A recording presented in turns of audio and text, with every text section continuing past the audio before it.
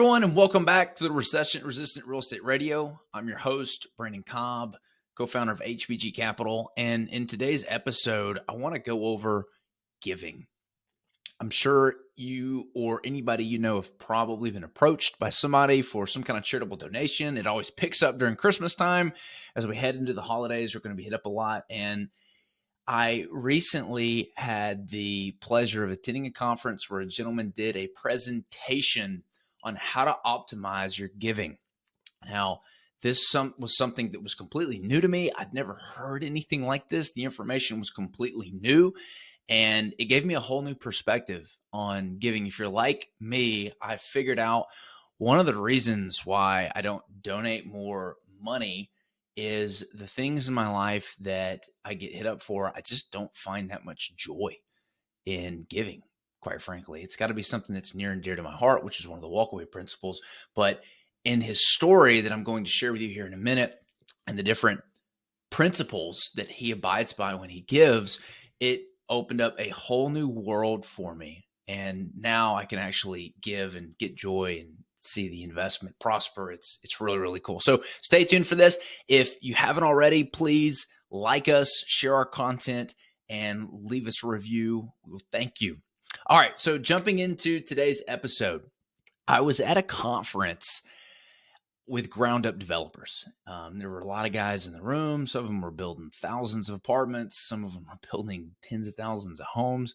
It was quite a unique conference. I would say I was probably the smallest fish in the pond at this conference. I was also the youngest. And it was very select. There was maybe 50 people in the room. And it was unique because I'd never been in a room with so many high-level people in the real estate business. That's how I knew I was in the right place. And one of the presentations that this guy gave was to the group, and they identified a need of the group as people were just not getting enough fulfillment out of their charity events. And I was thinking, how cool is that, where you've got a room full of people who have the excess, money and time to really give philanthropically, where you're able to change communities, but they're just wondering how to optimize it. And it really turned my gears in a way where I was thinking of things that I've never thought of before. I was like, And some of the principles that he shared today that he's learned, or this speaker had learned on his path of optimizing his ability to give and receive joy from the giving, was really interesting. So I want to share it with you today. But the number one principle, if you haven't already guessed, is only give or donate if it brings you joy.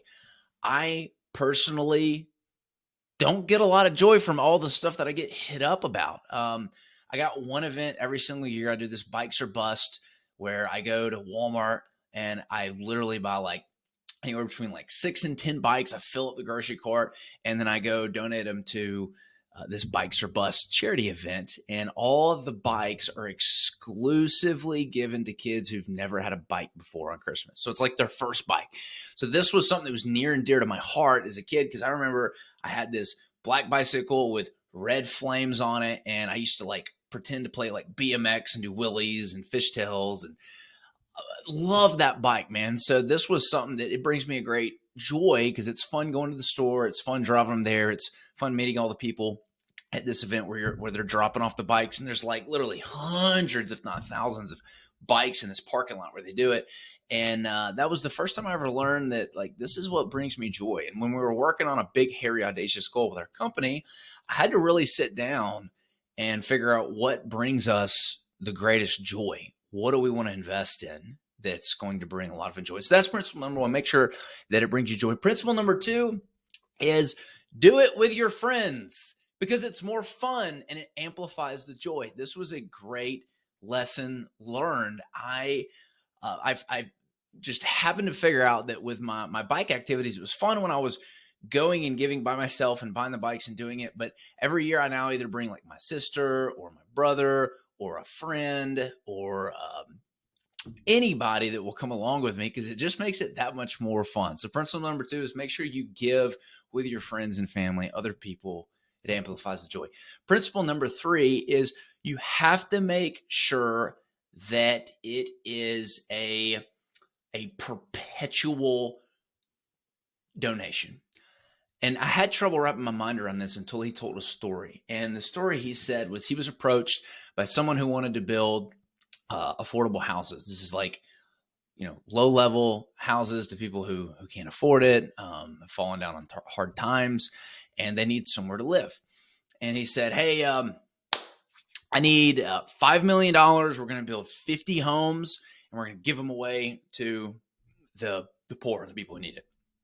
And the guy giving the presentation and telling the story said, okay, well, then what? And after the long pause from the gentleman, he's like, well, I guess that's it. He's like, And he said he was sitting down with this guy, and he said after the second bottle of wine, they came up with a plan. He said, look, I'll give you the $5 million to build these 50 homes. But what we're going to do is we're going to sell them the homes at our cost. So they're going to get the best deal in the world on a house because they're going to sell it at cost. And when they sell it, they're going to recoup the equity. In other words, when they sell the house, they're not going to just give away the homes for free. They're going to sell them at a rock bottom price to people who qualify, low income, and they're going to get their $5 million back, and they get a great deal on the home. And then they're going to take that $5 million and they're going to build another 50 homes, and they're going to do the exact same thing. And then they're going to take and do another 50 homes. And in this market, it was Charlotte, North Carolina. I think they said they've built something like 500 affordable homes today based on this idea of the donation, the giving, having a perpetual effect. I thought that was the coolest thing in the world. So it really changed my mind around what I want to do to give. And is the investment just going to poof, disappear, or is it going to live on and continue to work wonders? The fourth and final principle that he follows when it comes to giving is the money needs to be able to be leveraged. In other words, if you're donating $1 and you give someone $1 and they go buy a piece of gum with them, there's no leverage there. But let's say you give somebody $20 and they go buy How to Win Friends and Influence People and it changes their life. That's completely different.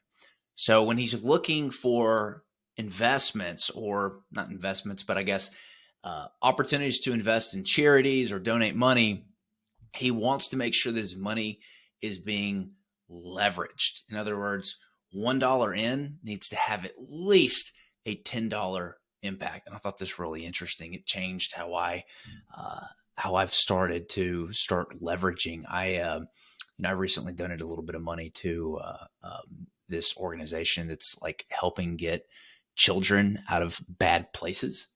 Like sex trafficking and third world. It's just terrible, terrible, terrible.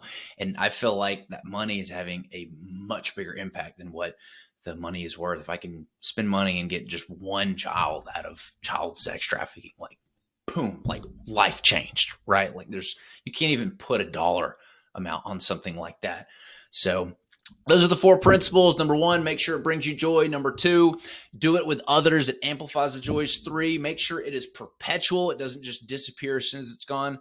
And number four, make sure that it is leveraged. $1 of donation should at least produce a $10 impact.